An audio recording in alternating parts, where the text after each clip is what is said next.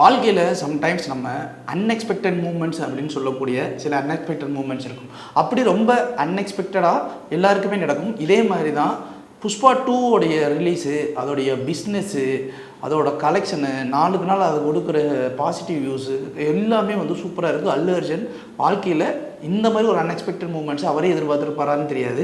அந்த மாதிரியான ஒரு அன்எக்ஸ்பெக்டட் மூமெண்ட் அது ஒரு ஹாப்பி மூமெண்ட்னு வச்சுக்கோம். இன்னொரு பக்கம் அதே புஷ்பா 2 படத்தினால இன்னொரு அன்எக்ஸ்பெக்டட் மூமெண்ட் என்ன அப்படின்னா, அங்கே வந்து படம் பார்க்க வந்த ஒரு ரசிகை வந்து இறந்துட்டாங்க அப்படிங்கிற துயர செய்தி. இதோடைய விளைவு எந்த அளவுக்கு இருக்குது அப்படின்னா, அல்லு அர்ஜுன் கைது செய்யப்பட்டார். ஸோ அல்லு அர்ஜுன் கைது செய்யப்பட்டார் அப்படிங்கிற ஒரு விஷயம் உண்மையிலே இது வந்து நம்ம அந்த கவர்மெண்ட்டை பாராட்டி ஆகும். எதற்காக அப்படின்னா, அல்லு அர்ஜுன் கைது செய்யப்பட்டதற்காக கிடையாது.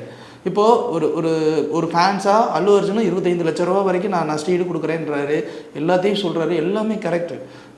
பணம் அப்படிங்கிற அந்த ஒரு விஷயம் ஒரு உயிருக்கு சமம் இல்லை அப்படிங்கிற பாயிண்ட்டை தான் நம்ம இங்கே பார்க்க வேண்டியது இருக்குது.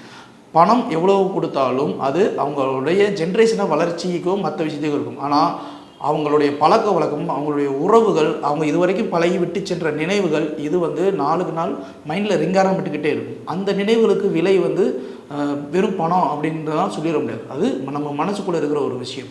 அப்போ அவங்களுக்கு அட்லீஸ்ட் ஒரு நியாயமான நீதியாவது ஒன்று கிடைக்கணும்.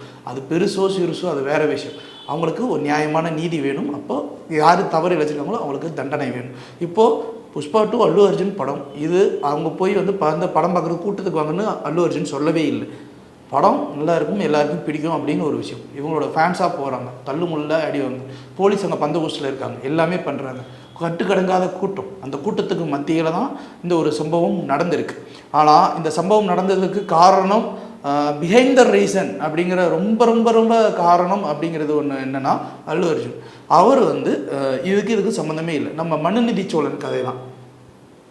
மனுநீதி சோழன் கதை எல்லாருக்குமே தெரியும். ஒரு மாடு, ஒரு கண்ணுக்குட்டி மணி அடித்ததுக்கு அப்புறம் வந்து இந்த மாதிரி வந்து வேடன் வந்து என்னுடைய தாய் பசுவை வந்து கொலை பண்ணிட்டான், அதனால் கண்ணுக்குட்டி வந்து அழுதுது அப்படின்னும் போது மனுநீதி சோழன் வந்து எப்படி வந்து அந்த தன்னுடைய கண்ணுக்குட்டி அந்த ஒரு விஷயம் போச்சு அப்படிங்கிற ஒரு வருத்தத்தில் இருக்கோ, அதே மாதிரி மகனை இழந்து வாடுறது தான் நியாயம் அப்படிங்கிற அந்த ஒரு விஷயத்துக்காக தன் மகனையே வந்து அவர் வந்து தண்டனை விதித்து அடுத்து அந்த ஒரு துயரை வாடுறது அப்படிங்கிற அந்த ஒரு விஷயம் இருக்கு இல்லையா, இதுதான் மனுநீதி சோழன் அப்படிங்கிற அந்த ஒரு விஷயம். ஸோ அதை வந்து இந்த இடத்துல போலீஸ் வந்து நிலைநாட்டி இருக்காங்க. இது ஒரு பாராட்டுக்குரிய விஷயம். ஏன்னா இந்த சம்பவம் அங்கே மட்டும் நடக்கலை, எல்லா இடங்களையும் ஒரு மிகப்பெரிய ரசிகர்கள் கூட்டம் உள்ளே வருது. அதில் யாராவது ஒருத்தவங்க இறந்துறாங்க.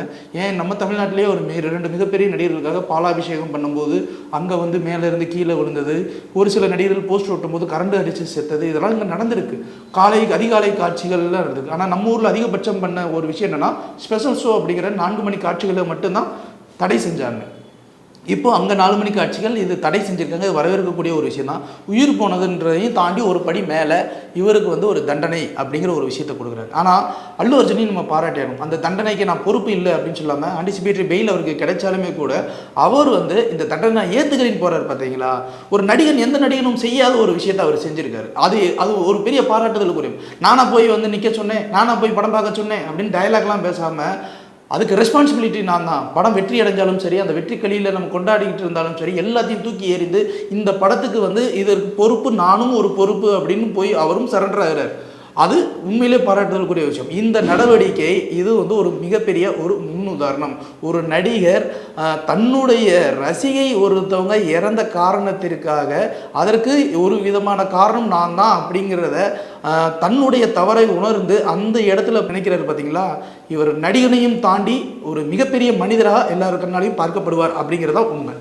லைக், ஷேர் அண்ட் சப்ஸ்கிரைப் பண்ணாதவங்க இப்பவே சப்ஸ்கிரைப் பண்ணிருங்க. எங்களோட அப்டேட்ஸ் உங்களுக்கு வரணும்னா பெல் பட்டனை பிரஸ் பண்ணுங்க.